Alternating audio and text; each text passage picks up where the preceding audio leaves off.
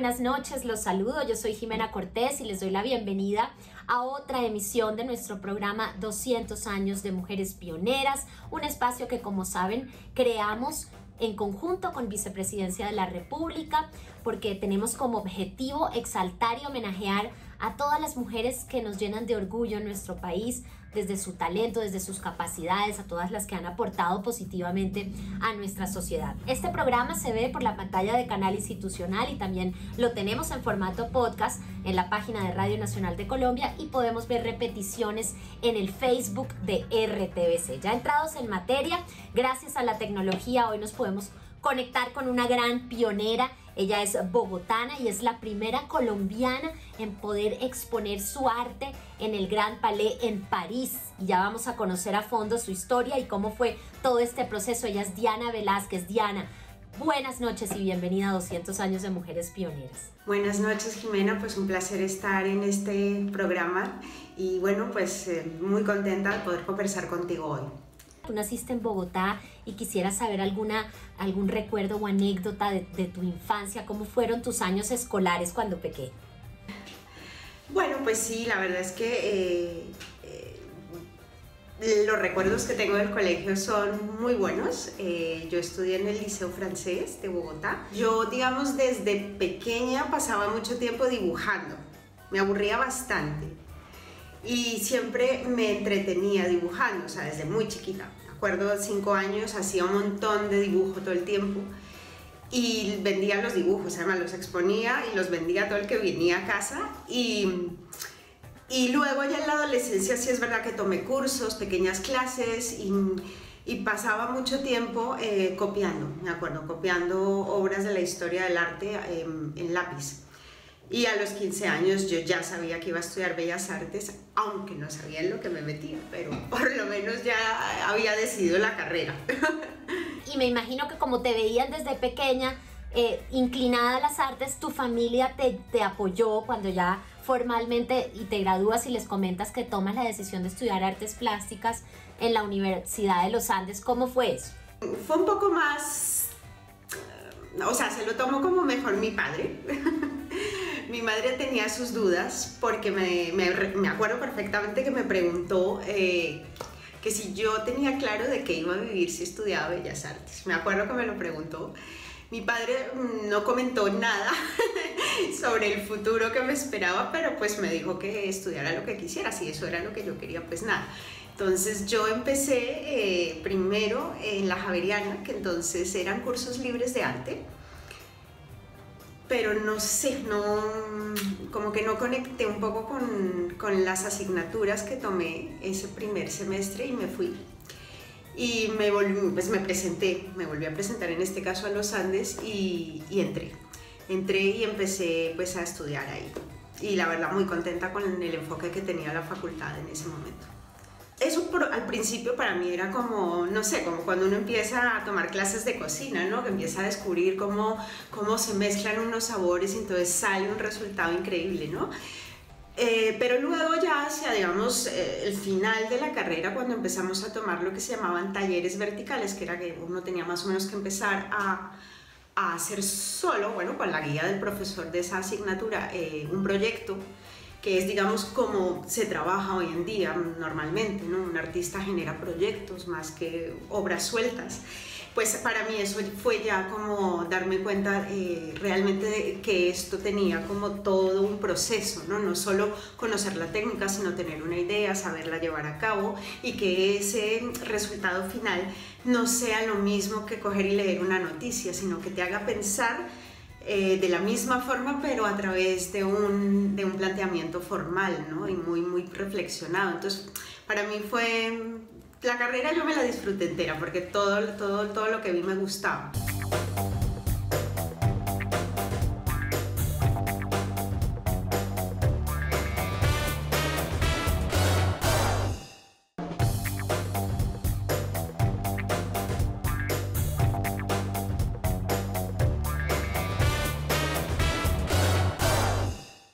¿Qué pasa cuando decides irte a Madrid a estudiar en la Universidad Complutense?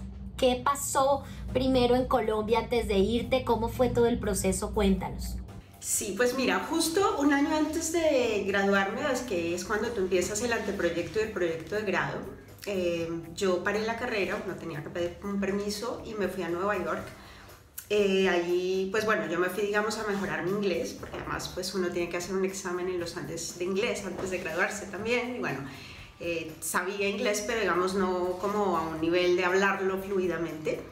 Y entonces estando allí me inscribí a unos cursos en el Art Students League, que es una escuela súper libre. Recuerdo que yo decidí irme por la pintura porque la verdad es que era lo que me interesaba en ese momento. Y era un taller donde uno iba, trabajaba solo, es decir, que ya tenía como esa cierta responsabilidad, disciplina de estar. Y luego 2 tutores venían cada 15 días a ver los progresos que uno iba haciendo y venían pues un rato. Y para mí ese trabajo, digamos, de soledad, de plantearme un proyecto sola allí, con distancia, del ambiente que venía viviendo en toda la carrera, fue muy importante porque fue la primera vez que hice un proyecto, digamos, con contenido político, que es lo que yo hago. Entonces, creo que ahí como que se me abrió el tercer ojo y me di cuenta que yo tenía muchas cosas por dentro que decir, y la verdad que fue un proyecto sobre la violencia de Colombia. Y hacia el final, uno de los 2 tutores, que era judío, me acuerdo que me dijo que mis pinturas le hacían pensar pues, en el Holocausto. Y para mí fue muy fuerte, muy potente pues, escuchar como una persona que tiene pues, en su inconsciente y en su historia pues, una historia de violencia muy distinta a la que podemos tener nosotros como colombianos. Podíamos conectar, ¿no?, a través de una imagen, ¿no? Entonces, para mí eso fue como un empujón. Yo llegué a Bogotá y llegué con mucha fuerza para hacer mi proyecto de grado, que también fue sobre, sí, de alguna forma sobre la violencia. Y lo hice y para mí fue muy importante también ese proyecto, porque bueno, ya me empecé a encaminar totalmente en un arte mucho más político y social, que es el que llevo haciendo hasta el día de hoy. Luego pues terminé la carrera, me gradué, estuve un año en Colombia, porque bueno, mi padre falleció y no pudo estar en la ceremonia de grado. Entonces ahí yo tenía planes de irme a París, quería estudiar en una escuela específica, pero tuve que pues, quedarme en Bogotá un año más y finalmente, no sé, por cosas de la vida encontré un máster aquí que me llamó mucho la atención, que era de arte contemporáneo, y me vine a Madrid. Pero fue como un poco accidental. Sí, fue como una serendipia también, porque si no estoy mal, allí también encontraste el amor y te hiciste madre y tienes 2 hijos, estás casada y comienza todo, ¿cierto? Sí, efectivamente es como otro capítulo de mi vida, como un renacimiento, ¿no? Yo creo mucho en las pequeñas muertes en la vida y en los pequeños renacimientos también, y efectivamente empezó una vida totalmente diferente a lo que yo había vivido en Colombia o a la historia que tenía. Porque ya no era pues la hija con sus padres, sino que pues vine sola, no conocía absolutamente a nadie en Madrid. De hecho me quedé en la primera semana en el apartamento de una persona que era amiga de una amiga. Y llegué aquí en el 2004, hice el máster que duró un año. Bueno, 9 meses en realidad, y luego pues la verdad es que me pareció poco estar solo 9 meses, porque además habían sido 9 meses como muy concentrada en el máster, que era a la vez teórico y al mismo tiempo había que hacer un proyecto final plástico. Entonces, bueno, un poco llevada por un profesor de los que tuve, me inscribí en el doctorado. Él me dijo, yo quiero ser su tutor, haga una tesis, métase al doctorado. Y yo, bueno, venga. Entonces me metí al doctorado y así me fui quedando, no sé, empezaron a pasar cosas que al final pues conocí a un chico en 2008 y nos casamos 2 años después. Entonces, bueno. Y hoy pues tenemos 2 hijos, Nicolás y Lucas, que tienen 10 y 5 años, y ellos son lo más importante de mi vida junto al arte. son lo más importante para mí y los adoro a los tres. ¿Cómo es para que llegues a hacer la obra La Espera, que tengo entendido que primero fue expuesta en Gijón? Cuéntanos de eso y cómo fue esa conexión. Justo eso es uno de los concursos a los que me presenté. A mí me habían hablado de ese concurso que llevaba en ese momento, bueno, era la convocatoria 19 años. Y me presenté, es un concurso donde 3 artistas presentan un proyecto a un espacio en concreto de Asturias. Y yo lo presenté a un espacio que era al aire libre, era un patio dentro de un edificio de la época franquista que es muy impresionante, es muy grande. Y el patio pues es bastante grande, es muy bello, es un edificio protegido. Y presenté un proyecto que partió de otro que empecé a hacer y que estuvo en Bogotá, en el Museo de Arte Contemporáneo, que era una cola. Estaba pensando sobre la idea de esperar en la época contemporánea, que ya no es lo mismo que esperar para subirse al avión, esperar las urgencias, sino que hoy la gente espera pues para cosas un poco más vitales, ¿no? Como pedir un asilo político, los sirios, o poder comer en Venezuela. Entonces yo en Bogotá hice una cola como de gente indistinta, pensando un poco pues en Venezuela sobre todo. Y luego para Gijón, como ya estaba en el confinamiento, cuando escribí el proyecto pensé en una cola de gente mayor, porque ya en ese momento, que era abril del 2020, mucha gente mayor había muerto, por lo menos aquí en Europa, confinada. Entonces yo simplemente lo que hice fue darle un poco la vuelta. En lugar de usar gente indistinta, hice retratos de gente mayor, y luego pues estudié un poco cómo era el patio. Al ser un patio protegido pues no se puede ni pegar, ni taladrar, ni usar una cinta pegante, pues, ¿qué quiero decir? Entonces lo que hice fue imprimir esos retratos en unas lonetas que sirven para exterior, como las que se usan en publicidad, y ponerlas, envolver cada una de las 10 columnas que tiene el patio con un retrato. Y pues bueno, al final cuando uno ve pues el proyecto, parece efectivamente que estoy guardando la distancia de seguridad por la distancia entre las columnas. Bueno, ahí se creó como un bulo alrededor de cómo fue la parte de poder poner en escena la obra, que parecía que yo lo había todo pensado, pero bueno, no, realmente yo seguía planteando la idea de esperar, pero que en el caso de la pandemia pues para la gente mayor fue un poco dramática, y entonces el proyecto fue seleccionado. Entonces estuvimos una artista argentina, un artista español y yo seleccionados y premiados en ese concurso. Una vez se expuso, que estuvo un mes en el Patio Corintio, en la Laboral, me contactó una persona del Juan Palais para decirme que había visto la nota de prensa de lo que había pasado en Gijón y que le gustaría presentar el proyecto al comité de selección del Juan Palais. Bueno, pues yo no lo podía creer, porque me parecía como, ¿no?, de esas cosas mágicas, ¿no? Como si hicieras alquimia de repente y te viniera, ¿no? Tú no tienes que buscar.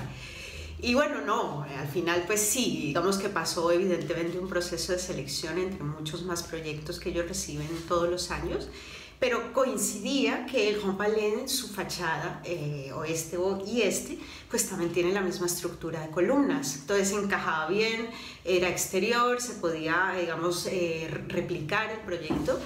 Y además, pues París estaba viviendo un confinamiento importante. De hecho, el proyecto se presentó allí mientras la gente estaba confinada, entonces fue también una experiencia rara, estar en la calle, todo el tiempo en la calle, de pie en invierno y sin ver a nadie, sin poder ni siquiera sentarse a almorzar, porque uno solo podía ir a comprar la comida y lo sacaban del local, ¿no? Pero fue súper bello también y muy representativo que se pudiera mostrar en ese momento de un confinamiento tan duro, y que también en Francia culturalmente se puede decir, o se hablaba de un confinamiento cultural, porque todos los museos cerraron también. Yo fui sola, pues estuve, me parece que fueron 4 o 5 días, entonces yo me quedé en un hotel al lado de los Campos Elíseos, y me iba andando al Grand Palais todos los días. Estuvimos pues esos 5 días, el curador que llevó toda la idea fue Vincent Poussou, digamos todos los detalles, y luego también había una directora de gestión del proyecto. Y bueno, pues estuve eso, todo el tiempo como del Grand Palais al hotel y del hotel al Grand Palais sola. Lo que te digo, no, fue bastante un viaje realmente de trabajo, de estar pues con las indicaciones de cómo montarlo, del orden de los personajes. Luego también estuve atendiendo periodistas que se acercaron allí, la agencia EFE, periodistas de Latinoamérica, pero bueno, fue realmente ir a trabajar.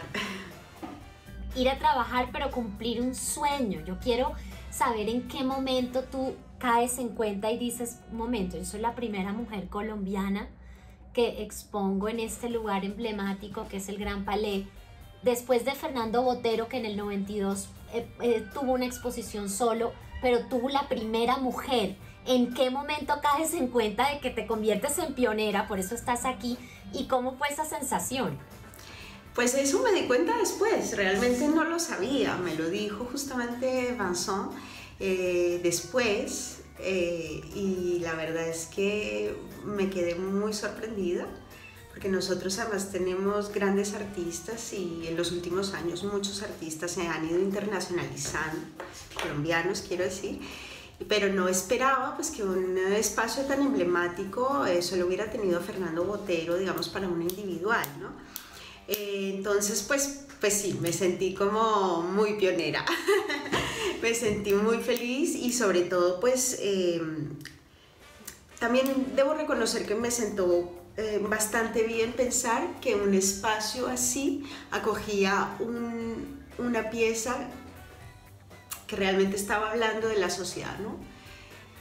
No eran unas pinturas estéticas, quiero decir, que tenía un trasfondo que en ese momento era muy fuerte.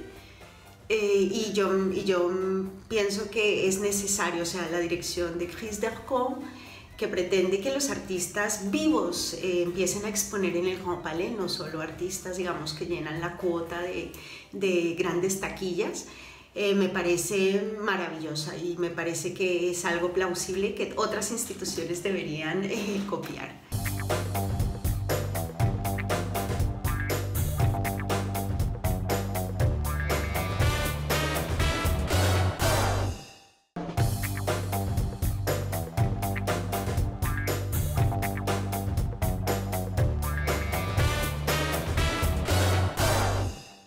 Diana, yo quiero contarte que en el programa 200 años de Mujeres Pioneras siempre guardamos unos minutos para recordar y hacer un homenaje a las mujeres que fueron las primeras en atreverse a ser valientes, como lo hiciste tú, que fuiste tras tus sueños. Mujeres que incluso dieron su vida por sus convicciones, y aquí las denominamos las heroínas de nuestra independencia. Y te voy a hablar de la heroína de hoy. Ella es Rosa Florido, heroína bogotana notable por su amor a la patria y por su gran caridad. Ella facilitó la fuga del general Sardá y lo ocultó hasta que fue descubierto y asesinado. Ella murió en la indigencia. ¿Qué opinas de Rosa Florido, Diana? Efectivamente, yo creo que ya estamos en un momento en el que las mujeres lo que queremos es justamente que el hombre nos apoye y ser nosotras quienes podemos, digamos, apoyarnos, sostenernos en los hombres para poder llegar a donde queremos, ¿no? Es decir, ella evidentemente tenía el rol que cumplía en ese momento la mujer, pero también fue muy valiente, porque pues quiero decir, no se quedó callada, no se quedó sin hacer lo que ella consideraba que tenía que hacer, y de alguna forma dio su grano de arena pues para que los comuneros nos pudieran independizar. Pero creo que hoy, digamos, si lo vemos con la perspectiva del momento en el que estamos viviendo, yo creo que es como estamos en el siglo de la mujer, y ojalá cada vez se sumen más hombres en su intento o en su decisión de ayudar a las mujeres a que lleguemos al lugar que no se nos ha dado a través de la historia.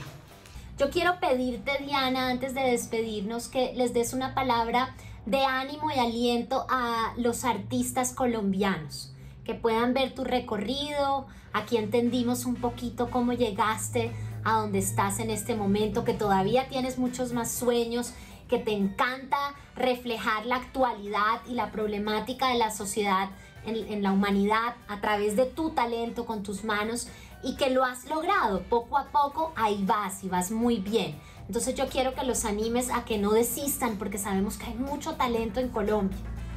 Sí, no, yo creo que si uno ha tomado la decisión del que uno no puede vivir sin el arte, que es lo que suele pasar, tiene que seguir porque uno puede hacer magia. Es decir, puede haber momentos en que uno se arrepienta o diga ya no puedo más, pero no, hay que seguir. Y yo creo que el tiempo y el esfuerzo son energía, y esa energía finalmente llega a algún sitio que es el que uno tiene y tiene que tener todo el tiempo en mente, ¿no? Ese objetivo, hasta dónde quiero ir, a dónde quiero llegar, y seguir. Uno siempre obtiene lo que desea y lo que se merece, y seguro que el esfuerzo siempre va a valer la pena. Bueno, también quiero decir que los artistas colombianos además tienen un nivelazo, y eso es algo que hay que dejar fluir y que la humanidad lo conozca, entonces hay que seguir. Y tú les has abierto una brecha, una puerta muy grande con tus logros, sobre todo también a las mujeres artistas de Colombia. Por eso te agradecemos por haber tomado el tiempo aquí en tu agenda para conectarte con nosotros, para contarnos tu historia, y gracias por inspirarnos con tu talento. Muchísimas gracias por la entrevista y encantada de haber podido conversar contigo. Yo también me quiero despedir de nuestros televidentes de Canal Institucional, de los que se conectan con nosotros en nuestro formato podcast a través de la página de Radio Nacional de Colombia, y de todos los que nos escuchan o nos pueden ver por el Facebook de RTBC. Mi nombre es Jimena Cortés y esto es 200 años de Mujeres Pioneras. Ya saben que tenemos una cita la próxima semana con otra gran pionera. Buenas noches.